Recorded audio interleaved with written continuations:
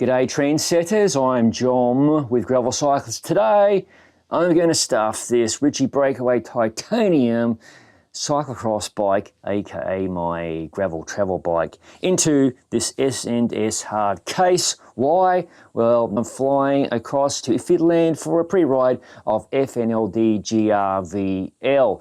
Cannot wait. There are potentially smaller rental cars in Finland and also some potential hassles with dragging about a full-size bicycle case aboard a Finnish railway passenger car. This is not the first time I have recorded a video of me stuffing this bike into the case, but that video was shot about 6 years ago, so it's time to shoot a newer video for 2022. And if you desire to see more details about this fine looking bicycle, be sure to check out the links in the description below. All right, enough claptrap, let's box this puppy. Look at the amount of packing material and general bollocks inside this case, including a spare tyre. Well, it's better to have it than want it, I guess. We'll sort that out shortly. Righto, first thing, you want to make sure the derailleur is shifted onto the small chain ring and the smallest cog. Then I'm going to remove the pedals. Compared to my Evoke Road Bike Bag Pro case and a full-size bike, this process is pretty tedious. With that case, I only have to remove pedals, seat posts and the wheels, and everything else is golden, so to speak. But there's trade-offs with that. Bigger case, etc., heavier case. Next, remove the bottle cages. Now, because we're trying to save weight here, I'm bringing a limited selection of Allen keys. I'll take maybe a T-handle or two.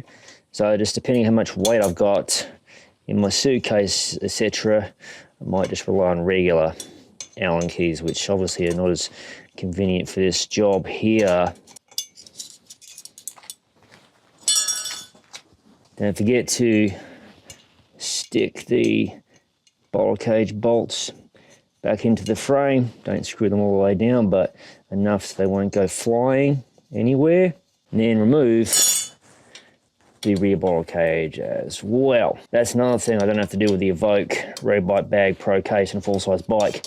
Bottle cages stay on, so just one less step. I actually have a video of that particular case. It's linked in the description below.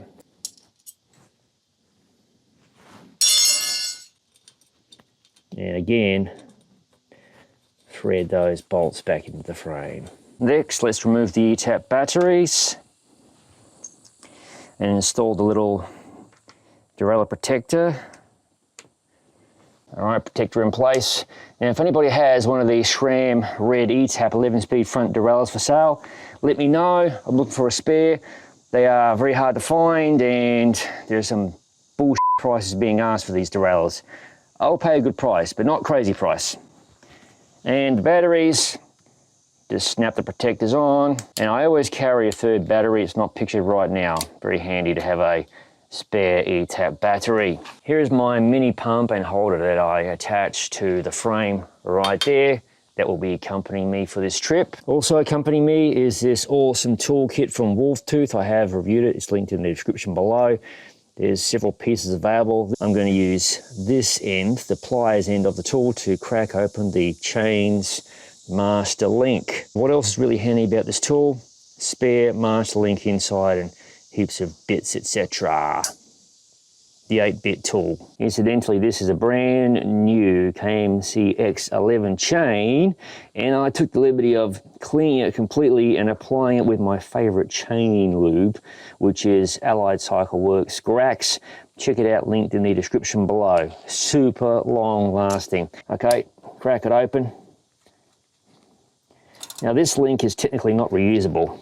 The spare I showed you is reusable and have a couple of other reusable links, but I found these links, they're generally okay. I've never broken one yet. Let's hope that doesn't happen. Righto, one 11-speed chain, and we'll whack that into a little baggie. Next, let's remove the rear derailleur, and I do carry a spare derailleur on these sorts of trips. Admittedly, my spare derailleur is a short cage. This is the ETAP 11-speed Y-Fly, so a bit longer cage. In the cassette, I have an 11 to 34. I might pack an 11 to 32 as well, because I'm a crazy person with spares, etc. I'll even take a spare chain, because it's better to have it than want it. Now it's brake time, so I will remove the tension on this left side pad so I can get these wheels out nice and easily. These 38mm tyres are very tight on this bike between the brake pads, this being a rim brake bike. And then open the brake. Here we go. Now it's time to split the rear brake cable. So we have this nice little joiner here, real simple. Just unthread, and that brake cable is broken in half.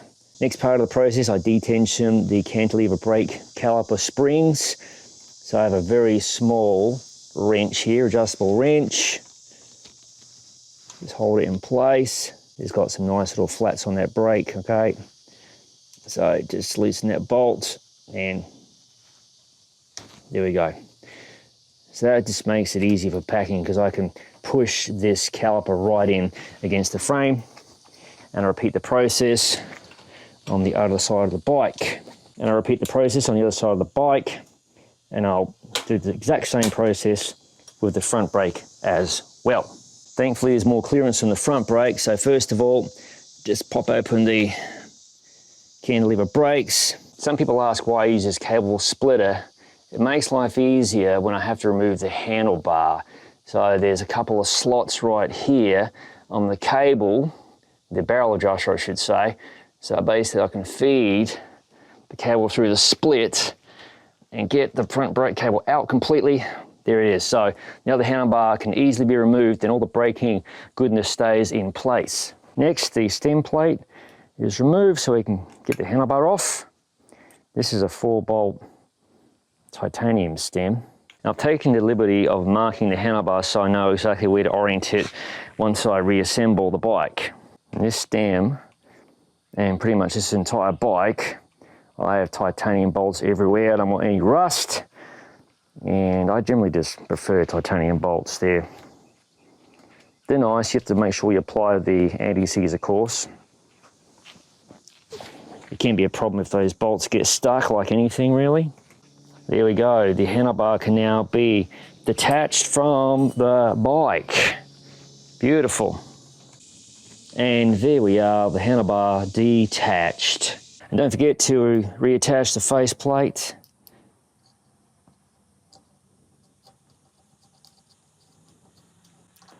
Definitely do not want to lose these parts. Some people might say, why don't you just rent a bike? Well, yeah, but I like my own bike. I'm pretty particular about how I fit my own bike, like a lot of folks I'm sure watching this video are. So I think it's worth a bit of hassle, especially that I'll be riding for about, well, hopefully 5 or 6 days during this trip. So no walking faries. Wow, look at that. That bike's missing a handlebar and all sorts of other parts. Let's keep cracking on. Next part of the process is remove the wheels. I like to use these old Control Tech titanium quick releases. No through axles here, folks, I'm afraid, or disc brakes in case you didn't figure it out already.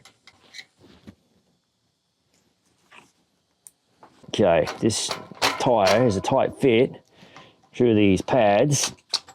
Here we go, she's out.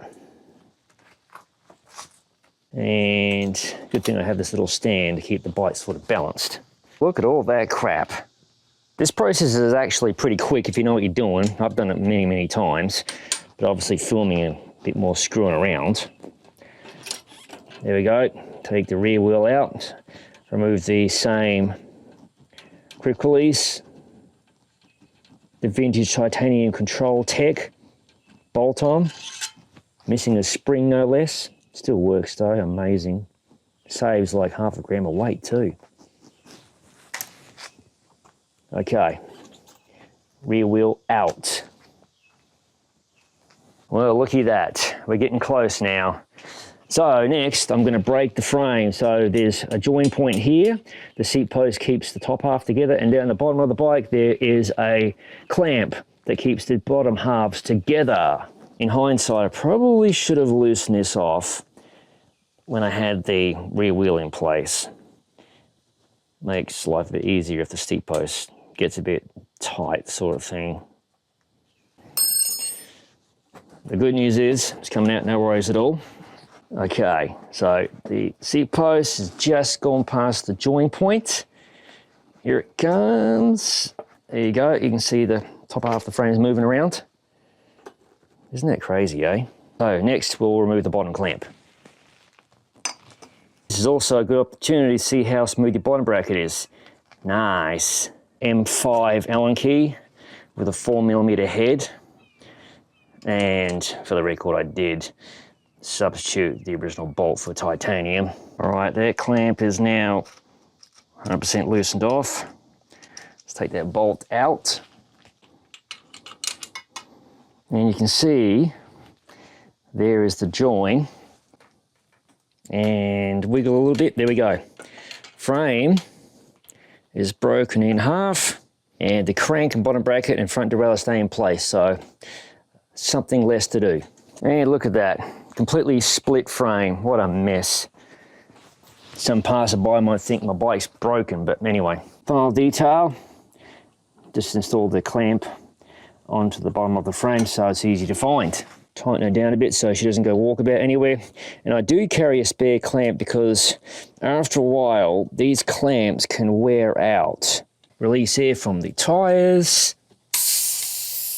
Now, if all goes to plan, these tires will stay in the bead of these rims, which will save me a step because I will not have to remove the sealant. Now, unfortunately, I'm gonna have to remove the sealant from these rims. They are not exactly tubeless, and consequently they don't stay in the bead, so I have to suck the sealant out.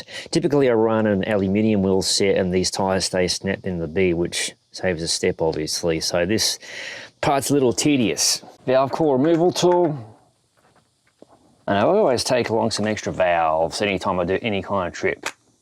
I did mention this part is tedious. Thankfully it's not an everyday occurrence and happen every time I travel. This is a milk syringe.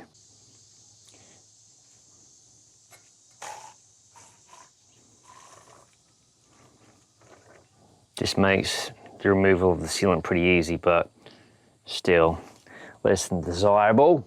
This is my travel pack of sealant. I always take extra sealant just because. Now it's time to protect the frame with these frame protectors, etc. Did I mention this process is tedious? Cut off, installing the chainring protector. Slip it between the front derailleur and the chain ring. Around.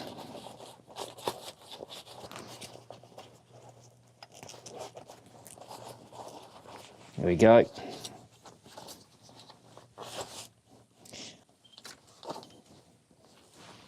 Seat tube.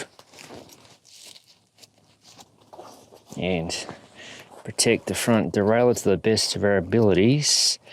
Next, put this little gadget, packing protector between the dropouts, stop the frame from being squished. Next, this is where having the loose brakes helps. Wrap this around brakes. That's the back end of the frame. Wraps nicely. Just the bottom part to finish. Rightio, that's mostly done. Front end of the bike. One tube wrapped, two tubes wrapped. Okay, and another thing I want to do at this moment is I want to twist this brake hanger out of the way so I can twist that stem backwards against the frame just like that. That's going to help with packing. The fork also gets a protector. There we go. And the final piece of material here. Incidentally, this material is supplied by Ritchey when you purchase one of these fine bikes. Let's wrap the front end Right, so that is most of the bike prepared. Next piece of the puzzle, front wheel. This one's a bit tricky. It'll fit here, no worries at all, but you've got to squish down the tyre and just get the fit inside. Actually, it's going okay. And I have a hub protector on the other side. I just have to hope that this tyre reinflates nicely, tubeless style, out the other end, fingers crossed. Next, install the front part of the frame into the case. And you have to load this case in a certain sequence for everything to fit appropriately, because next comes the rear wheel, which you need to angle down, and this is where the cassette has to come off. So you can get that wheel to sit as low as possible in the case. And do a test close. And this is the last major piece of the puzzle, the rear frame, crank, etc. It sits in right there. And I usually put some padding right here and behind the rear of the bike.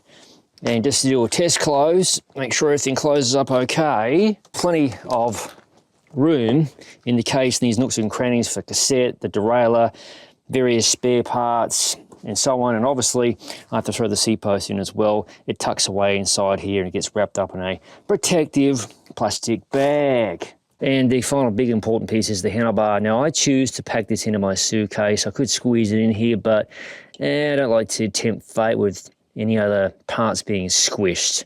With spare tyres, chains, extra cassette, all sorts of madness inside. Pretty self-sufficient, all being well. So there you have it, my packing video of my Ritchey Breakaway Titanium cyclocross bike, aka my gravel travel bike.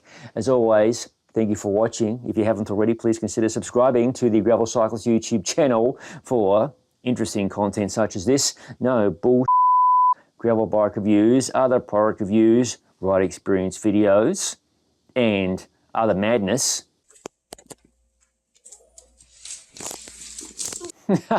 Yes, as all of it is released to the channel. I'll see you in the next video.